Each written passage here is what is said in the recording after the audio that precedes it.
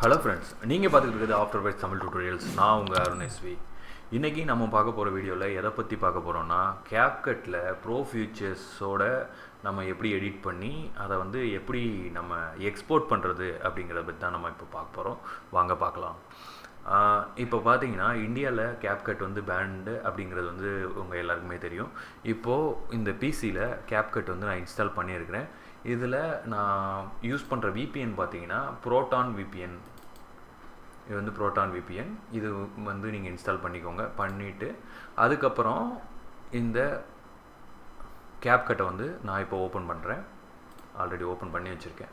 Okay, இப்போ open பண்ணியாச்சு. இதில் பார்த்தீங்க அப்படின்னா நான் வந்து கொஞ்சம் ப்ரோ ஃபீச்சர்ஸ் வந்து யூஸ் பண்ணியிருக்கிறேன்.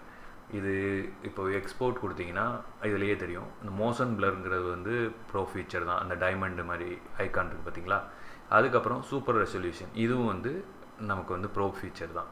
அப்படி இருக்கும்போது இப்போ இந்த மாதிரி இருக்கும்போது நம்மளால் join bro, get free bro இந்த மாதிரி எது கொடுத்தாலுமே நமக்கு வந்து சைன்இன் சைனப் வந்து கேட்கும்.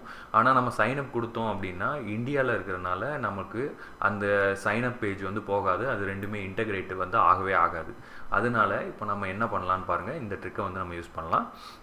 வீடியோ வந்து ஃபுல்லாக பாருங்கள். ஒரு ஸ்டெப்பை கூட மிஸ் பண்ணிடாதீங்க. மிஸ் பண்ணிங்கன்னா அதில் ப்ராப்ளம்ஸ் வர வாய்ப்பு இருக்குது. ஓகே, பேக் டு எடிட் கொடுத்துக்கிறேன். இப்போது நம்ம பண்ண போகிறது என்னென்னா, இது தனித்தனி கிளிப்பாக இருக்கிறத வந்து நம்ம காம்பவுண்ட் கிளிப்பாக வந்து மாற்றணும். அதுக்கு நான் ரைட் கிளிக் பண்ணிவிட்டு இந்த இருக்குது ஆல்ட் ஜி கூட நீங்கள் ப்ரெஸ் பண்ணலாம். அப்படி இல்லைன்னா க்ரியேட் காம்பவுண்ட் கிளிப் அப்படிங்கிறத வந்து நீங்கள் கொடுத்துக்கோங்க. இப்போ என்ன ஆச்சு அப்படின்னு பார்த்தீங்கன்னா, ஒரு தனித்தனி ஃபைலாக வச்சு எடிட் பண்ணது ஒரே கிளிப்பாக வந்து நமக்கு வந்து மாறிடுச்சு. நெக்ஸ்ட்டு நம்ம பண்ண போகிறது என்னென்னு பார்த்தீங்கன்னா, இதை அப்படி கீழே இறக்கிக்கிட்டே வந்தீங்கன்னா மோஷன் பிளர் அப்படின்னு ஒன்று இருக்கும். இப்போ மோஷன் பிளர் வந்து நம்ம வந்து ஆன் பண்ணியிருக்கோம்.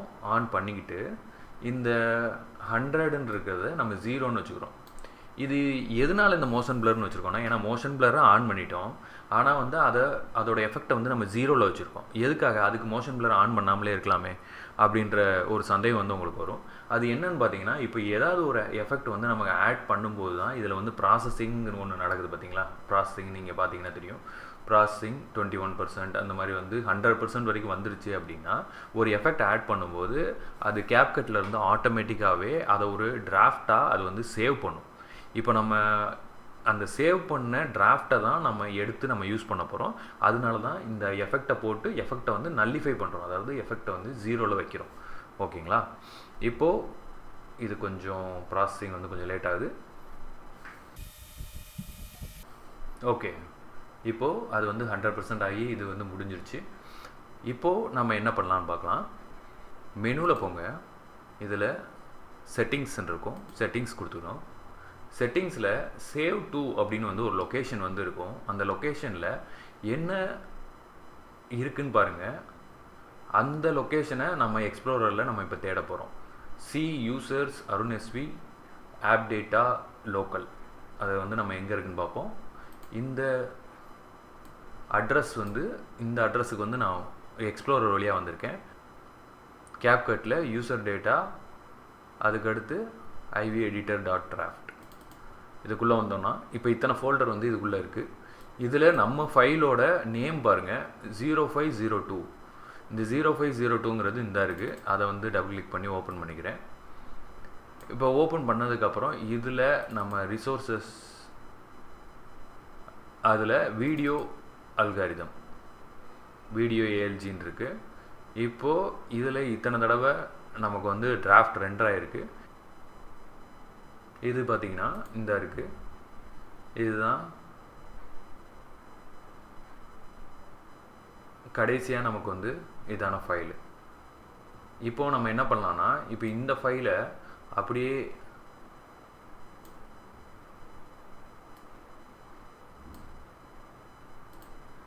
இப்போ இந்த விண்டோவை வந்து நான் க்ளோஸ் பண்ணிக்கிறேன். க்ளோஸ் பண்ணிவிட்டு இப்போ நமக்கு இந்த டிராஃப்ட்குள்ளே இருக்கிற இந்த வீடியோ அல்காரிதம்குள்ளே இருக்கிற இந்த ஃபைலை வந்து நம்ம எடுத்து இந்த இன்டர்ஃபேஸில் வந்து நம்ம போட்டாச்சு. இப்போது இதை வந்து நம்ம போட்டுட்டு இப்போ ஆல்ரெடி இருக்கிற அந்த காம்பவுண்ட் கிளிப்பை வந்து நம்ம டெலீட் பண்ணிடணும். ஏன் அப்படின்னு கேட்டிங்கன்னா, இப்போது இந்த ஆல்ரெடி இருக்கிற காம்பவுண்ட் கிளிப்பில் நம்ம மோஷன் பிளர் இந்த மாதிரி நம்மளுக்கு ப்ரோ ஃபீச்சர்ஸ் எல்லாம் நம்ம ஆட் பண்ணி வச்சுருக்கோம். அதனால் அதை வந்து கேப்கட் ரெண்டர் பண்ணாது. அதனால் ஆல்ரெடி வச்சுருக்க ஃபைலை வந்து நம்ம அழிச்சாச்சு. இப்போ புது ஃபைல் டிராஃப்ட்லேருந்து எடுத்து போட்டோம் பார்த்தீங்களா, அந்த ஃபைலை மட்டும் நம்ம இதில் போட்டிருக்கோம். இப்போ வந்து இதில் எந்த எஃபெக்ட்டுமே நம்ம ஆட் பண்ணலை. இது கேப்கட்டை பொறுத்த வரைக்கும் இது வந்து ஒரு செப்பரேட் வீடியோ தான். அதனால் இப்போ நம்ம ஈஸியாக எக்ஸ்போர்ட் வந்து கொடுத்துடலாம். எக்ஸ்போர்ட் கொடுத்துட்டு இப்போ இதில் உங்களுக்கு என்ன நேம் வேணுமோ அதை வந்து இது பண்ணிவிட்டு நாம் டெஸ்க்டாப்பில் கூட நான் சும்மா வந்து போடுறேன். போட்டு 4K ரெசல்யூஷனில் வச்சு ஆடியோ ஆன் பண்ணியிருக்கேன் MP3ல். இப்படியே வச்சுட்டு நம்ம இப்போது எக்ஸ்போர்ட் கொடுத்துட்டோம் அப்படின்னா ஆட்டோமேட்டிக்காக நமக்கு எந்த ஒரு பிரச்சனையுமே இல்லாமல் வீடியோ நமக்கு எக்ஸ்போர்ட் ஆகிடும். இந்த வீடியோ உங்களுக்கு வந்து ரொம்ப ஹெல்ப்ஃபுல்லாக இருந்திருக்கும்னு நான் நம்புகிறேன். மீண்டும் ஒரு நல்ல வீடியோவில் நம்ம சந்திப்போம். பாய்.